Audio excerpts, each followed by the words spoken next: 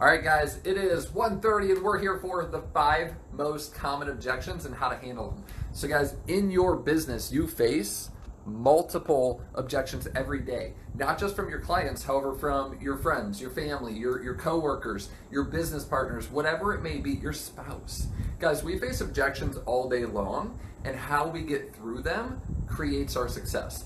How we're focusing on us and how we're focusing on handling and asking the right questions to overcome the objection is critical to the success that you're seeking. So number one tip, guys, to get better at handling objections is to flip it, is to turn it around and create a question around it. So if somebody asks you, hey, will you cut your commission? Well, let me ask you this. Would you be willing to work for less just because your boss didn't want to pay you?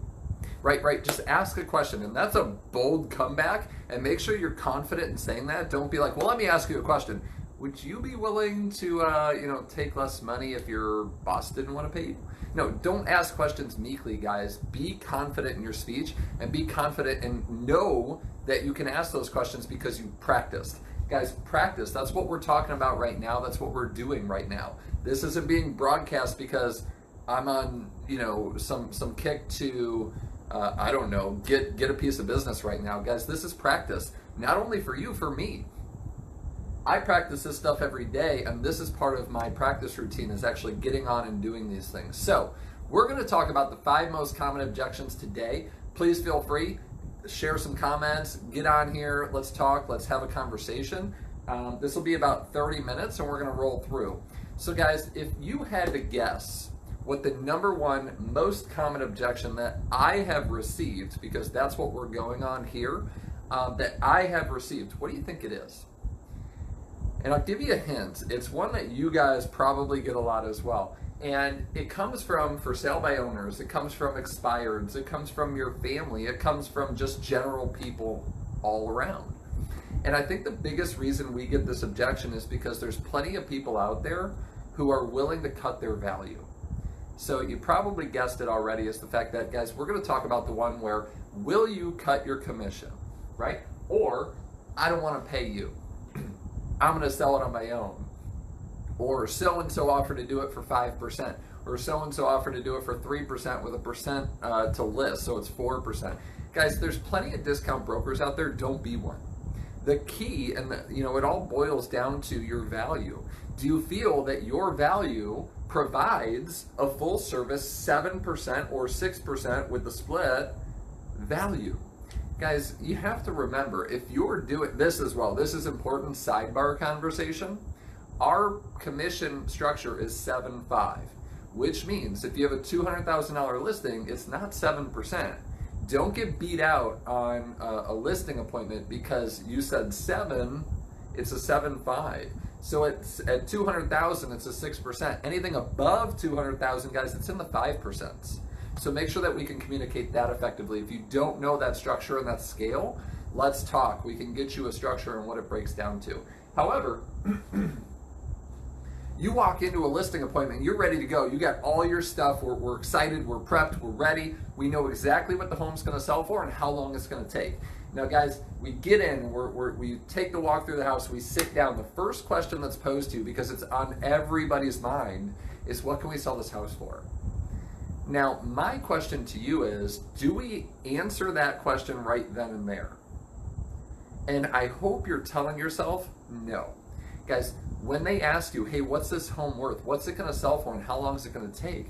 Well, guys, we haven't had a chance to educate and learn what's important to them. So the moment you say, oh, well, my comps say it's going to sell for $179. Well, they were thinking $185. Well, now just because you're off by $6,000, you already lost. You're done. They're not going to listen to anything you say. Your credibility is out the window because you disconnected with them the moment you sat down. Guys, our job is a consultant. We're not salespeople, we're consultants. We have to take the time and get with those clients and understand what they're looking to do. And if part of their plan to, get out of the house is to get a certain amount of money, guys, then we have to decide, how do we make that happen? How do we make it happen? Guys, if we're off by $6,000, well, guess what? That $6,000 might actually be able to be made through different strategic marketing opportunities, through staging, through better photography, through opportunities to get it in front of the right buyer, especially in today's market. So, I don't want to pay you, I don't want to pay your commission, will you cut and reduce? Let's say we're into the presentation and we've talked about pricing, and guys, they're on board. However, John Smith offered to list their house for 5%. I love John Smith, he's my favorite, right? So this is one of the most common objections I get all the time. And again, it all comes down to your value. Can you communicate your value? So my response to this would be, Mr. and Mrs. Seller, I so appreciate that. And let me ask you, you know what really deters me and puts up a red flag from what you just said is the fact that, you know, John has already shown you his negotiation skills in the fact that he's willing to take food out of his mouth and his family's mouth right off the bat without even a conversation, really no negotiation even. Now let me ask you, when it comes time to have the tough conversations and when it comes time to negotiate the best deal for you, if he's willing to give up his money that fast, how do you think he's going to handle yours? Right? And get a response. Guys, that's a powerful objection handler in the fact that we're putting ourselves in the value proposition that we belong, in the fact that, guys, you're paying me to negotiate the best deal for you. You're going to take a discount because what's most important to you, and you don't want to pay my commission. Another handler here would be, so what I'm hearing is that you want to net the most amount of money. Am I correct? Get a yes, right? Get a yes. And then when they say yes, great, I so appreciate that, and let me tell you how I'm going to make that happen for you. Would that be okay? Say yes, right? Get the affirmation. Get back from them that it's okay. Gain permission. Great. So, Mr. and Mrs. Seller, let me ask you this. What I know is that when a home is marketed appropriately and it's on the market correctly, and you have an agent that's willing to work for you and prospect and proactively look for buyers, not just put it on the MLS, you know, you're typically going to get more money for the home. And do you mind if I share with you my numbers versus the average agent numbers last year?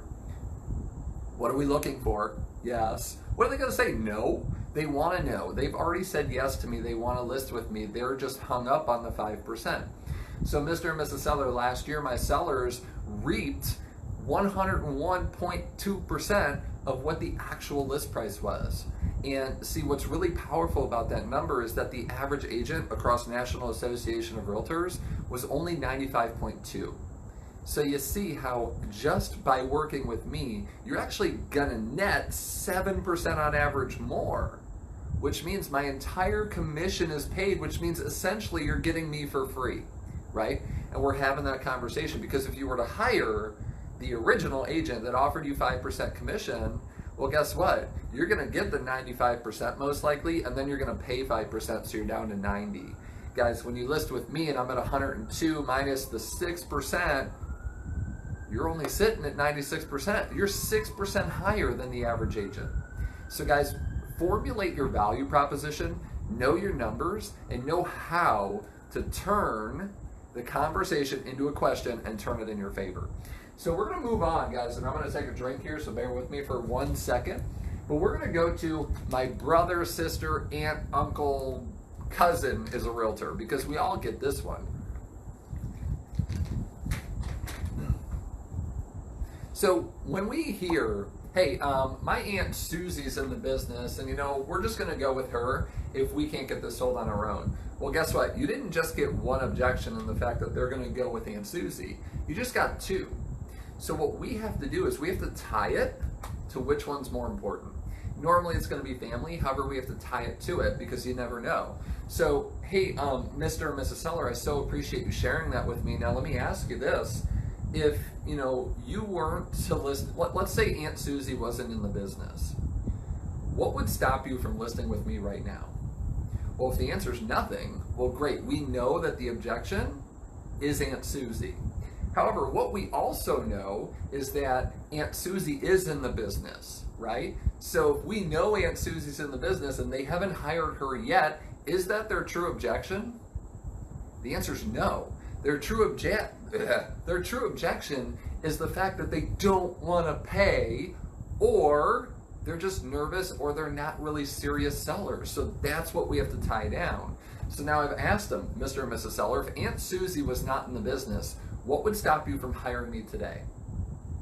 Well, now we're going to get a real, true response. Well, Devin, you know, we want to sell the house. However, we really don't know what it's worth, and you know, we don't want to get taken advantage of. So we're kind of just testing the water. Okay, so now what I heard is that they don't have a reliable source in Aunt Susie, right? And they didn't bring up commission, so I'm not going to talk about it, right? We're not going to talk about it. We're just going to have a conversation around, okay, now I know what's important to them. They need guidance and education to understand what's going on in the marketplace. Guys, my brother's a realtor. We're still talking about Aunt Susie. So now let's go back to the fact that, okay, no, there's no other reason we wouldn't list with you today. We're just going to list with Aunt Susie because she's family and that's who we're going with. Great. Hey, I so appreciate that. Let me ask you, are you willing to sacrifice your friendship for a business decision? You know, and we're going to get kind of a confused look. And I'll say, well, Mr. and Mrs. Seller, what I know is that I like to keep personal and business separate. And if it were my mom, I probably wouldn't even list her home. And here's the reason why, is because I love my mom so much, and I wouldn't want some business, because we all know it's real estate and people. Things happen. I wouldn't want that to get in the way of what's most important first, and that's family. So here's what I'm willing to do, because I respect your relationship with Aunt Susie and the fact that I'm willing to give her a call and have a conversation with her, because I know you want to go with her because she's family and you care about her. What if I was willing to offer a 25% referral fee? Would that be good? In the fact that we can keep this a business conversation and we can work together as a business conversation, and then Aunt Susie's still getting a piece of the pie because she's family. We want to make sure she's taken care of.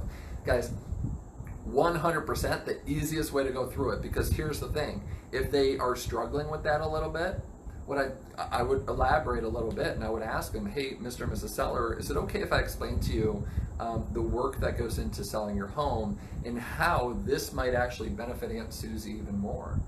And then I would talk about all the things we do, and then I would talk about the fact that Aunt Susie gets to collect 25% of the commission just from being the source, the procuring cause of you guys wanting to sell your house.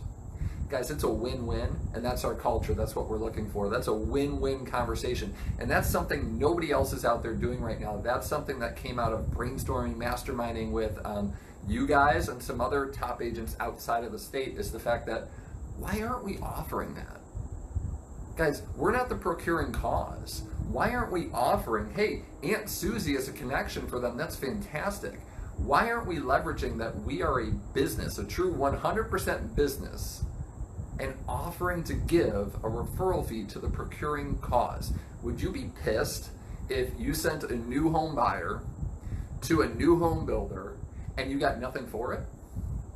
Yeah, absolutely. Do you think that agent, Aunt Susie, is going to fight tooth and nail to keep her clients with her against me and start talking bad and whatever to keep her client if I'm just going after them to get them as my client with no fee? Yes, guys, because you do the same.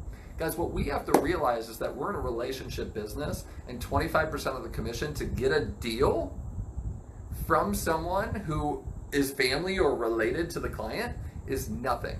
Guys, stay focused, stay business minded.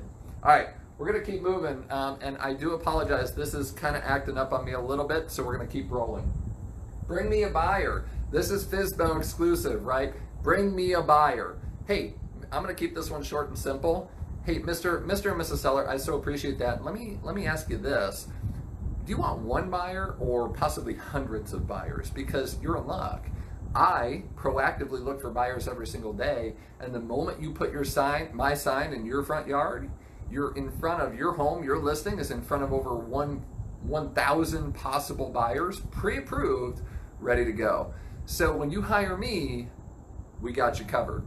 Guys, bring me a buyer. Hey, you're so in luck, Mr. and Mrs. Seller, because that's what I do every day. When would be a good time to come over and show you how I get you the buyer faster? Tuesday at 3 or Friday at 5?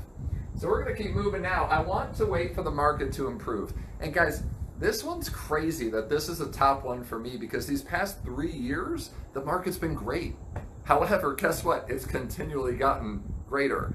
Now, guys, we're at a point where it's not, okay? Feds are still cutting rates, which tells you something's coming.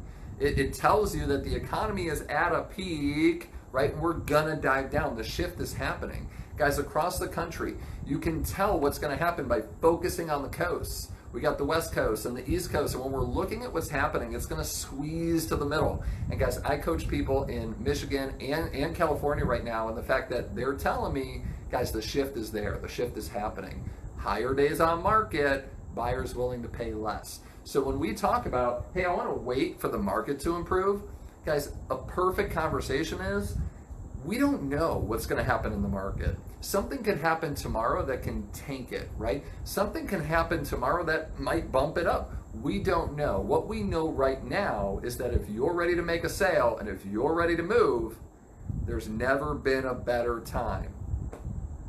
Guys, I don't have a magic 8 ball, neither do you, so stop trying to predict the future, because even the people who create the future in the stock market and in the housing market don't know what's going to happen next. So guys, stay focused on the fact that, hey, we're here as consultants to get our clients the best possible outcome and the highest price and sale for their home. So get out there and do it and educate them that now's the time, because there will never be another time like today. All right, last one, guys. You don't sell in our price range, and I love this one because here's the thing. I've never sold anything over $500,000, and you know, quite frankly, I could care less, because that's where the money is actually made. I mean, guys, you're gonna sell some houses over $500,000, $1 million range, and yeah, it's gonna sell, and you're gonna get a great commission check. But guys, those houses take a lot longer to sell, especially here in Northeast Ohio. Average days on market are longer, expenses are higher. So I like to focus on the bread and butter price range of $250 to like $400, because that's where the money is focused on. However, let's say I'm on an appointment for a $1 million listing, and they bring up that, hey, you don't sell homes in our price range. Well, Mr. and Mrs. Seller, I so appreciate that. And let me ask you a question. You know, if I work with a lot of home sellers who are in the $200,000 to $400,000 range, most of the time, those people are looking to step up to something more. So Mr. and Mrs. Seller, don't you see how it could be a benefit to you to work with an agent like me who has database and conversations with people who are looking to buy homes in your price point? So the next logical step is for me to get in here and help you sell your home, because you see, Mr. and Mrs. Seller, when I list your home, you're already in front of my entire database of people who already have homes to sell in the range that steps up to buy yours. So Mr. and Mrs. Seller, let me ask you this. Would you rather hire an agent who's done properties and sold in your price point, and you know what, they're a little stale and they're using the same marketing plan from 5 years ago? Or would you like to work with somebody who's actively prospecting, who's actively working with buyers who can afford to buy your home? So guys, this is a big one, because if you're wanting to grow and you're wanting to expand in the luxury market, which I know some of you are, and I know, again, your average sale price might be like $120. Guys, get over it. Get out there, go on those appointments, don't be afraid to, and use that to your advantage. Use to your advantage that you're out there proactively working with the people who can afford to buy your home. And guys, you're on our team, which means our team numbers are your numbers. So guys, just because you haven't sold a $200,000 house or a $400,000 house or whatever, doesn't matter. Leverage the team, leverage our history, and leverage our group, because guys, that's what we're here for. That's our added value. Let's continue to grow. Let's continue to have fun. Guys, I'll talk to you later. Hopefully this was beneficial. Get something out of it. Practice. Leave me a comment, and I'd love to talk to y'all later.